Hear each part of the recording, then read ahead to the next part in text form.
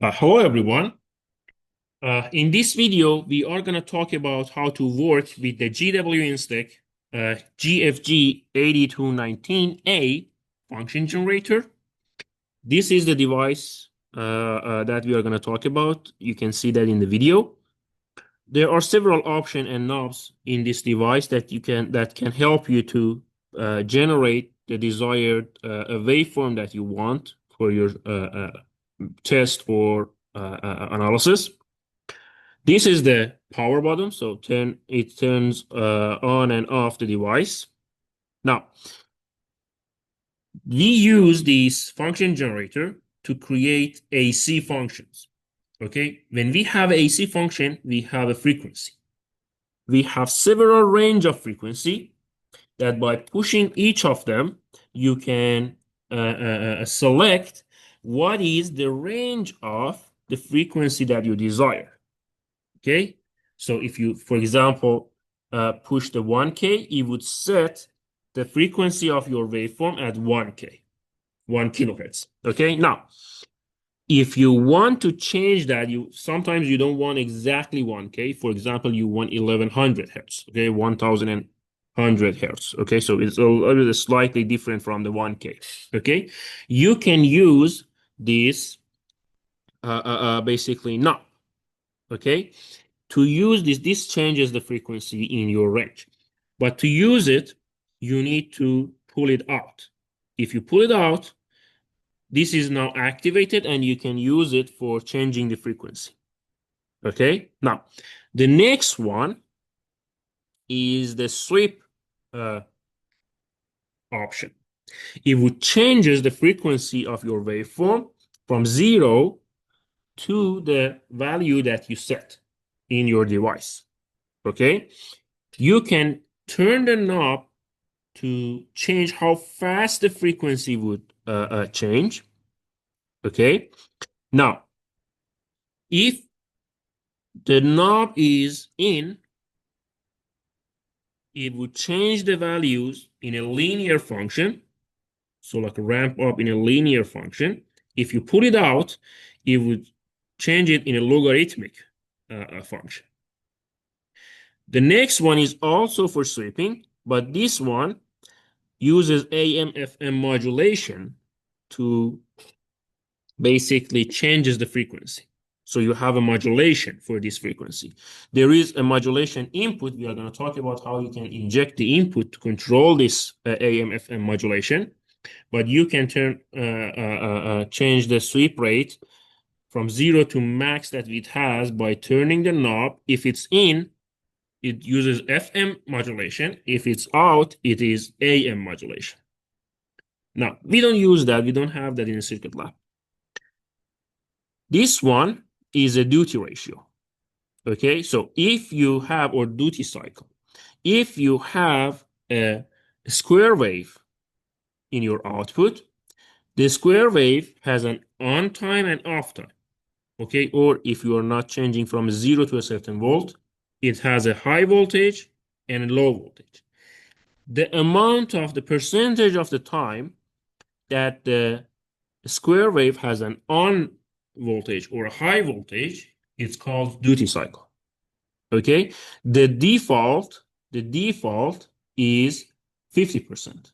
So if you don't, if the knob is in, it is on a default, so it creates the square wave with a 50% duty ratio or duty cycle. If you pull it out, okay, now you can adjust the duty ratio by turning the knob. Okay, so this is another part that we can basically use. The next one is for digital signal output. Okay, again, we are not going to use that in our circuit lab, but it's good to know. This gonna have an output of digital signals. The output of this function is not the main output that we are going to see. There is a different port for the outputting a digital signal. We are going to see that later on in this video. If the knob is in, it's use a TTL function for signal value, which is 5 volt, around 5 volt logic signals. Okay, on and off. Okay, 0 and 1. 5 volt, 0 and 1 logic signal. If you pull it out, you go to the CMOS option, okay, which now you can change the value of the voltage that you have in your digital signal, in your digital output. It could be 5 volt, 3 volt, or higher, depending on what you need in your circuit. If you turn the knob, you would change the value of your digital signal. We have the offset knob here. If it's turned on, so it's in, the knob is in, it doesn't affect your output, and the offset is 0. So whatever waveform you do, it's gonna have an AC performance, okay, with a symmetry respective to the 0 line. Okay, so for example, if a sine voltage, it would change without any DC offset. If it's square wave, it would have a high voltage and a low voltage. The high voltage is positive value, the low voltage is negative value, and they are symmetric. Okay, now, like for example, if we have a peak to peak 1 volt, if the offset is off, meaning offset is 0, the square wave is gonna be plus half volt, minus half volt. Okay, now, then if you pull it out, now you can adjust the offset by turning the knob. The last knob is the amplitude of your signal. Okay, the default is 1. Okay, now if you turn it on, pull it out, now you can attenuate, okay, the signal, okay, with minus 20 dB. So if it's off, the ratio is 1, so you can change the amplitude between the min and max. If you pull it out, there is a attenuating circuit inside this device that if you pull the knob out, it would automatically change the amplitude of the output and attenuating by range of minus 20 decibel. But you can also change the value of the output, but there is a coefficient when you pull the knob out. Now, you can choose the type of the signal that you want to have. This is a square wave, triangular wave, or sine wave. So you can choose between these values, okay? Between these type of signals. There is a mode EXT, the knob here, which basically this is a BNC input connector. If you press it, it would activate an external signal. It would activate an input that uses an external signal when you wanted to like use an AM or FM modulation. Okay, so this is, if you activate this, now you need a external signal for the modulation.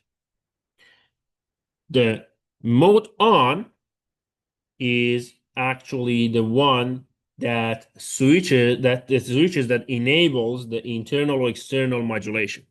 So this one turns on the modulation option, and this one changes the internal to the external control. Okay, the gate option is basically used to control when the function generator is active. Okay, so it's often tied to an external logic or trigger signal. Okay, so the generator only outputs the waveform when the gate input is active. Okay, so this one, if you don't push this one, it's always active. If you push it, now you need a control, like a digital control signal. So you can change the active mode and deactive mode of the output. And this ATT minus 20 dB, okay, this one, as it's basically the name is kind of say what it is the built-in attenuator that reduces the output by another 20 decibel. Okay, you have one option here and another option here. Now, we said there are several input-output ports. This one in the front of the device is the main output, and it has a 50 ohm of internal resistance or impedance, if in generally. Okay, so it's important when you want to like work with an amplifier or analyze the circuit in under the load. This 50 ohm is important for precise analysis. Now, there are other knobs at the back of our other ports at the back of our signal generator. Okay, this is the power one. This one is the output that we said it would output a digital signal. So that TTL or CMOS digital output that we want, we could get that from this port. Okay, this one, which labeled VCF/mod input, is basically the port that you can inject the control signal, that external control signal, okay, to control whatever ramp you want to use for sweep frequency. So, for example, if in the linear one, the VSF mode would ramp a triangular voltage, okay, you could input a triangular voltage, okay, and it would sweep the frequency linearly. If you put a system in a modulation mode, okay, like for example FM, now you need an external like sine wave that now the device would modulate the signal onto that sine wave that you input here. Now we have a GCV output. This one provides the internal sweep control voltage generated inside the generator. Okay, it's typically sawtooth or triangular wave. Okay, and it lets you monitor the sweep control signal. So if you want to sweep, and if it's important for you to know exactly what is the sweeping control signal, you can use this port to output that control signal, which is generated inside the device. And the other one is the last one is the input counter. Input counter. Okay, this one is basically the frequency counter of the input. This basically turns the function generator in a frequency counter. Okay, so now if you use this one, you don't use the device as a function generator, you just use it as a frequency measuring device. So if you use that, it would give you the frequency of whatever signal you inject in this port. Okay, so this is for like some sort of like measurement or testing kind of like and verification purposes. Again, we don't use that here.